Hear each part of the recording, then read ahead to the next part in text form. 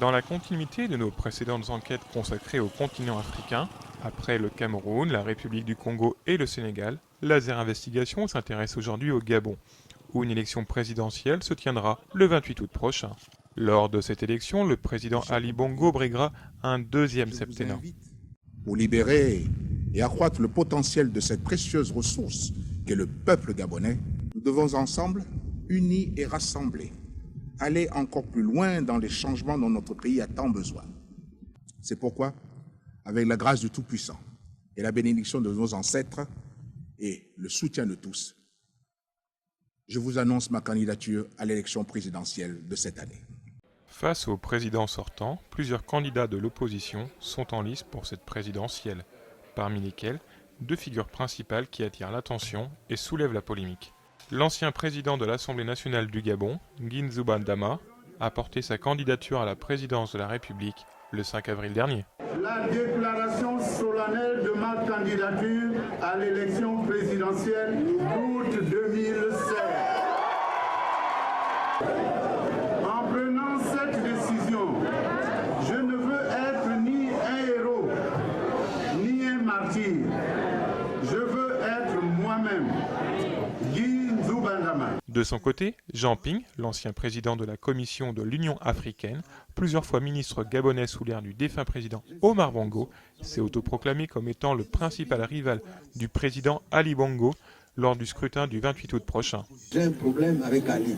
Voilà pourquoi je m'attaque rarement à des gens de l'opposition, réelle ou pas, même quand ils m'insultent. Je ne m'attaque pas. Ça, je leur dis, mon problème, c'est pas vous.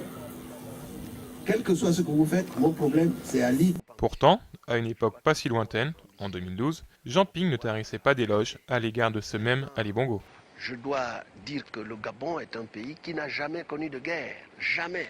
Donc Oui, mais cette stabilité n'a pas été forcément payante en termes économiques, parce que les choix d'investissement n'ont peut-être pas été faits pendant ces 30 dernières années. Oui, bon, mais nous constatons aujourd'hui, avec le nouveau président, qu'il est en train, il a d'abord rajeuni totalement son équipe, il a transformé les responsables, il a donné des signaux pour lutter contre la corruption, des signaux forts pour lutter contre la corruption. Il a également instauré au sein de son gouvernement une nouvelle méthode. Alors il faut espérer. Je crois qu'il faut espérer que ça marche, ça doit marcher. Nos investigations consacrées à cette présidentielle gabonaise se dérouleront en deux volets. Dans ce premier volet, nous nous intéresserons aux candidats de l'opposition et plus particulièrement à celui qui soulève le plus de polémiques parmi eux, Jean Ping. Puis, dans un deuxième épisode, nous reviendrons sur le bilan du premier septennat du président Ali Bongo et sur sa candidature à l'élection du 28 août prochain. L'annonce de la candidature de Guinzouba Dama n'a pas manqué de soulever la polémique au sujet de l'énorme fortune qu'il a amassée durant les 2 décennies qu'il a passées à la présidence de l'Assemblée nationale du Gabon, de 1997 à 2016. Son nom fut notamment cité par des ONG dans des affaires de gestion douteuse du budget parlementaire concernant des travaux réalisés au siège de l'Assemblée sous sa présidence. Certaines sources ont annoncé le chiffre faramineux de 52 milliards de francs CFA, déboursés durant 11 ans pour la construction d'une annexe de l'Assemblée qui en réalité n'a jamais vu le jour. Cependant, Jean Ping lui a très vite ravi la vedette sur le terrain de la polémique, non seulement en raison de son affairisme et de ses liens avec des personnalités et des hommes d'affaires sulfureux, mais aussi pour ses dérives verbales durant la campagne. Lors d'un meeting politique tenu le 11 mai dernier, Jean Ping n'hésita pas à traiter ses adversaires de cafards, promettant de mener une expédition pour s'en débarrasser. Quand on s'en va dans une bataille comme celle, on va au cimetière. On dit aux morts, on s'en va à la guerre. Levez-vous. Levez-vous et accompagnez-nous. Il s'agit d'une véritable expédition pour nous débarrasser des cafards. D'un côté. Ces propos ont été jugés génocidaires par le gouvernement gabonais, car le terme cafard renvoie aux références historiques les plus infamantes. Ce fut le terme utilisé par Adolf Hitler à l'encontre des Juifs durant la Seconde Guerre mondiale et par les Hutus contre les Tutsis lors du génocide rwandais.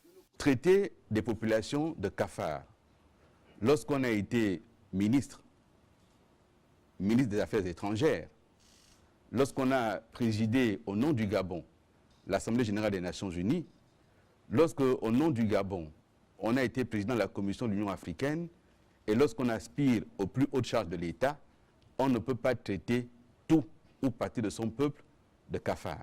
Même son pire ennemi, ça ne se fait pas. Et donc c'est suffisamment grave pour être dénoncé. Suite à ces propos, Jean Ping a été convoqué par la police judiciaire gabonaise, mais il a refusé de se présenter. Et à Paris, une ONG française, la Fondation pour la démocratie et la gouvernance, a déposé une plainte contre Jean Ping auprès du tribunal de grande instance de Paris pour incitation à la haine et appel à la violence. Malgré la gravité de ses propos, Jean Ping n'en est pas à sa première polémique. Au début de l'année, le porte-parole de sa campagne, Pierre Amugemba, avait déjà défrayé la chronique en déclarant vouloir faire la guerre à la prolifération des mosquées, pour combattre ce qu'il qualifia d'invasion islamique du Gabon. Et sur les réseaux sociaux, des sites faisant campagne pour son élection ont attribué à Jean Ping des propos islamophobes, imputant aux musulmans la recrudescence des crimes rituels au Gabon et accusant l'islam de satanisme.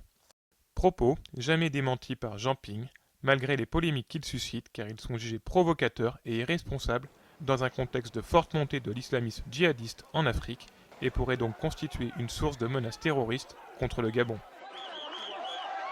Ce genre de controverses ne sont guère étrangères au parcours et à la personnalité de Jean Ping, car dès son plus jeune âge, alors qu'il était ministre d'Omar Bongo, il multipliait les coups bas et les mésaventures. Dans un livre à paraître très prochainement, sous la forme de mémoire posthume du défunt président gabonais écrite à partir de ses archives personnelles, Jean Ping est égratigné à de multiples reprises.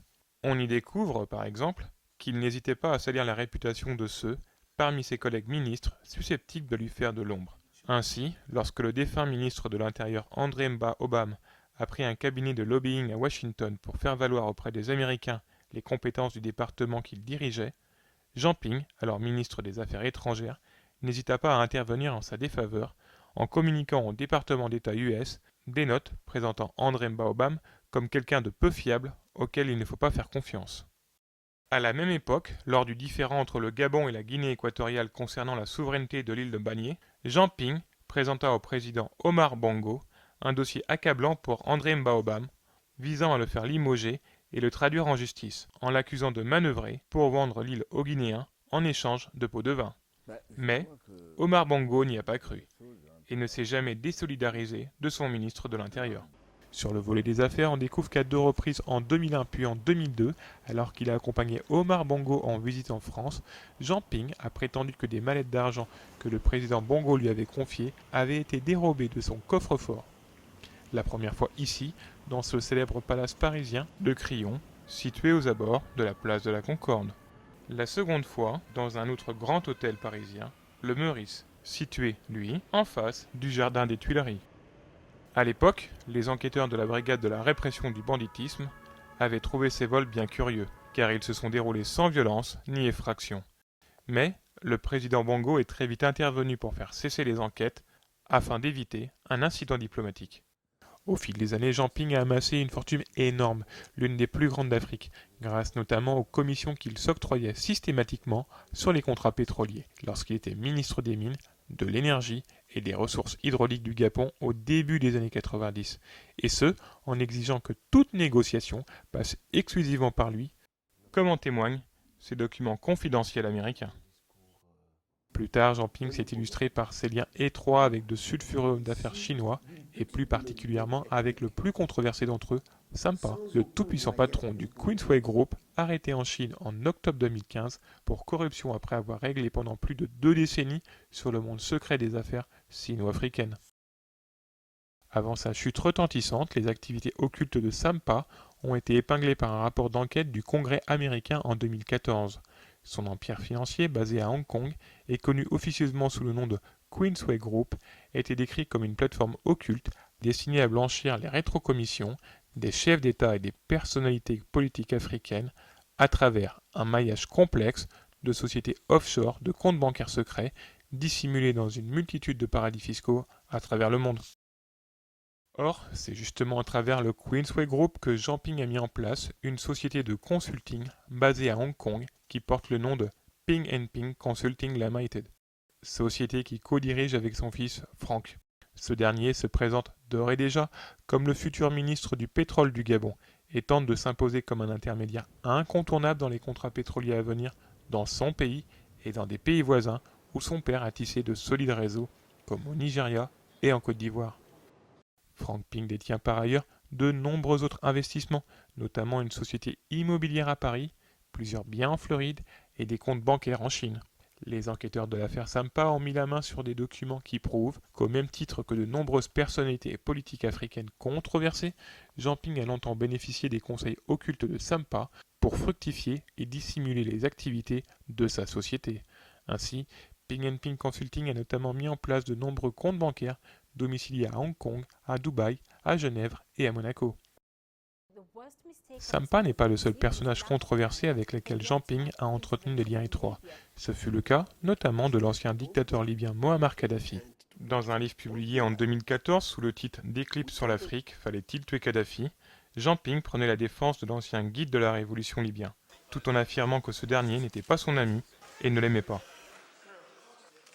Pourtant, à en croire certains documents confidentiels révélés après la chute de l'ancien régime libyen, Jean Ping aurait bénéficié de largesses financières de la fondation Kadhafi. Dans cette lettre datée du 15 mars 2011, adressée au président de cette fondation, Saïf al-Islam Kadhafi, le fils du guide, via l'ancien directeur des services secrets de Kadhafi, Abdallah Senoussi, Jean Ping remerciait la fondation Kadhafi pour l'aide qu'elle a toujours apportée à ses œuvres caricatives, tout en assurant au dictateur de Tripoli que l'Union africaine, qu'il présidait alors, lui doit son existence et son rôle actif, et de ce fait, elle ne pourrait jouer un rôle hostile à la Libye, quelles qu'en soient les circonstances.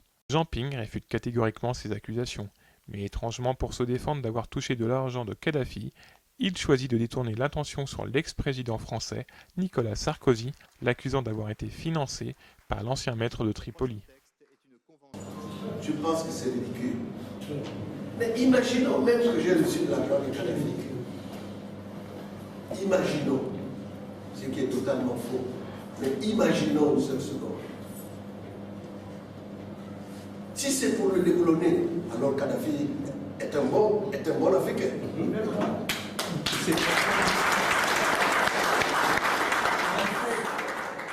Et Kadhafi, c'est lui qui aurait financé Sarkozy, qui lui-même m'a fait Ayo.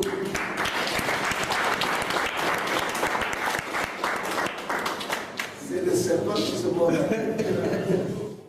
Cela promet une belle ambiance entre les deux pays, dans le cas de figure où Sarkozy gagnerait la primaire de la prochaine présidentielle française, et si Jean Ping venait être élu au Gabon.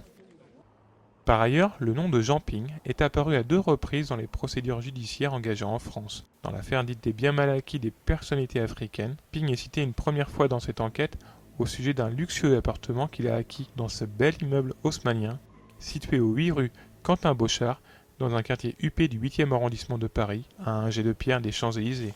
Il est aussi cité dans cette enquête pour un 2e appartement situé lui au 17 avenue d'Italie, dans le quartier chinois du 13e arrondissement de Paris.